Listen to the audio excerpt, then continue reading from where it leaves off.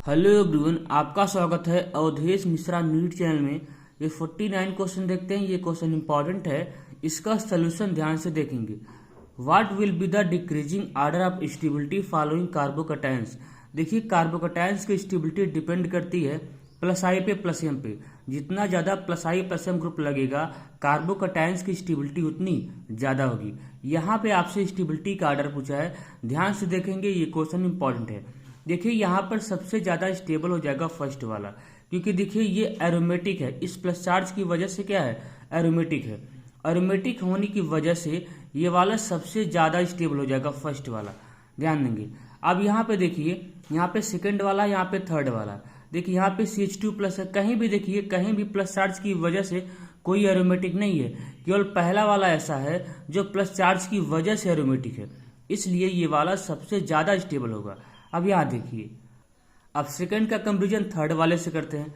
देखिए यहाँ पे CH2 प्लस है, यहाँ पे CH2 प्लस है, यहाँ पे CH2 प्लस है, यहाँ पे CH2 प्लस है। ध्यान देंगे, ये क्वेश्चन इंपॉर्टेंट है। अब दोनों में CH2 प्लस क्या है, कॉमन है। यहाँ पे देखिए, यहाँ पे नाइट्रोजन है। इस नाइट्रोजन ने 4 बॉन्ड बनाया है। जब भी नाइट्रोजन 4 बॉन्ड बनाता है तो इसके ऊपर क्या आता है, प्लस चार्ज आता है। मतलब इसके ऊपर कोई लोन पेयर नहीं है, इस नाइट्रोजन के ऊपर कोई लोन पेयर नहीं है। याद रखेंगे, जब भी नाइट्रोजन 4 बॉन्ड बनाता है उसके ऊपर प्लस चार्ज आता है, मतलब इस नाइट्रोजन के ऊपर कोई लोन पेयर नहीं है। अब देखिए, ये CH2 प्लस है, ये माइनस आई लगाएगा। ये नाइट्रोजन इस CH2 पे क्या लगाएगा, माइनस आई लगाएगा। माइनस आई के थ्रू इस प्लस चार्ज को अनस्टेबल करेगा। क्या करेगा, अनस्टेबल करेगा। यहाँ देखिए, यहाँ पे NO2 क्या लगाएगा, यहाँ भी NO2 माइनस आई लगाएगा और ये माइनस एम लगाएगा। ये दोनों लगाएगा, माइनस आई लगाएगा और माइनस एम लगाएगा। और आपको पता है NO2 का माइनस एम स्ट्रॉन्ग लगता है माइनस आई से, यानी इस प्लस चार्ज को बहुत ज़्यादा अनस्टेबल कर देगा माइनस एम के थ्रू। अगर प्लस एम लगता तो इसको सपोर्ट करता। ठीक है, यहाँ पे माइनस एम लग रहा है, ठीक है, यहाँ पे माइनस एम लगा रहा है, इसलिए इस प्लस चार्ज को अनस्टेबल कर देगा। इन दोनों में ज़्यादा स्टेबल कौन होगा, इन दोनों में ज़्यादा स्टेबल सेकंड वाला हो जाएगा, क्योंकि ये केवल माइनस आई लगा रहा है, वो भी दूर है, उतना इफेक्ट नहीं डाल पाएगा।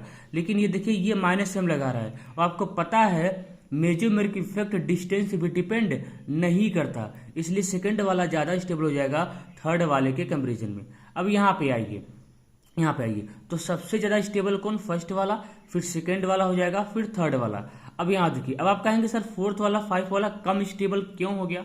देखिए, ये जो आपका फोर्थ वाला है इस तरीके से है, मतलब ये देखिए, ये sp2 कार्बन पे है। यहाँ पे sp2 कार्बन पे क्या है, प्लस चार्ज है।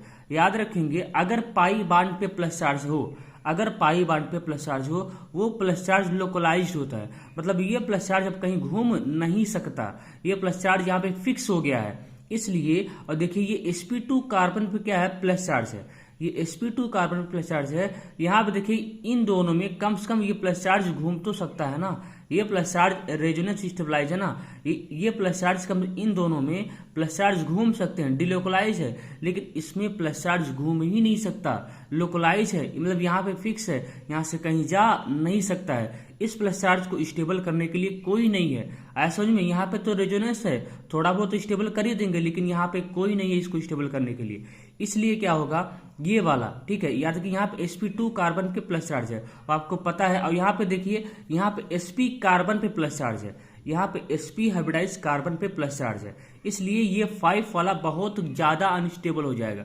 क्यों, क्योंकि आपको इलेक्ट्रोनेगेटिविटी का ऑर्डर पता होगा, सबसे ज़्यादा इलेक्ट्रोनेगेटिविटी होती है sp की, फिर sp2 की, फिर sp3 की। और आपको पता है, अगर मोर इलेक्ट्रोनेगेटिव एटम पे प्लस चार्ज आता है, वो बहुत ज़्यादा अनस्टेबल होता है। sp की इलेक्ट्रोनेगेटिविटी sp2 से ज़्यादा होती है। यहाँ पे sp पे प्लस चार्ज है, इसलिए ये वाला बहुत ज़्यादा अनस्टेबल हो जाएगा इसके कंपेरिजन में। ये भी अनस्टेबल होगा, लेकिन इसके कंपेरिजन में तो ज़्यादा होगा, क्योंकि यहाँ पे sp कार्बन पे प्लस चार्ज है, यहाँ पे sp2 कार्बन पे प्लस चार्ज है। आया समझ में यहाँ पे, ठीक है, इसलिए ऑर्डर क्या हो जाएगा, फर्स्ट वाला हो जाएगा, फिर सेकेंड वाला, फिर थर्ड वाला, फिर फोर्थ वाला, फिर 5 वाला। ये क्वेश्चन इंपॉर्टेंट है, याद रखेंगे, तो डी ऑप्शन सही हो जाएगा। ठीक, ये 40 क्वेश्चन देखते हैं, ये भी क्वेश्चन इंपॉर्टेंट है, हमने आपको दिया था, बहुत लोगों ने आंसर किया था। ठीक है, वो भी आंसर करेक्ट किया था। ठीक है, इसका रिएक्शन करवाया जा रहा है CH3 से, इसका रिएक्शन करवाया जा रहा है CH3 से।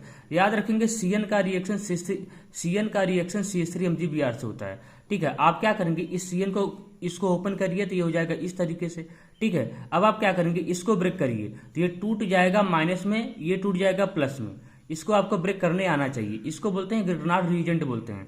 ये टूट जाएगा माइनस में, ये टूटेगा प्लस में। अब देखिए यहाँ पे CH3 के ऊपर क्या है, माइनस चार्ज है। अब एज ए न्यूक्लियोफाइल बिहेव करेगा। अब ये किसी इलेक्ट्रोफिलिक सेंटर पे अटैक करेगा, किसी इलेक्ट्रोफिलिक सेंटर पे अटैक करेगा। अब यहाँ देखिए, आइए यहाँ पे इलेक्ट्रोफिलिक सेंटर बनाते हैं। यहाँ पे C111N है। आप क्या करेंगे, यहाँ से एक पाई बॉन्ड को ब्रेक कर लीजिए। नाइट्रोजन की इलेक्ट्रोनेगेटिविटी क्या होती है, कार्बन से ज्यादा होती है, इसलिए ये एक इलेक्ट्रॉन को खींच लेगा।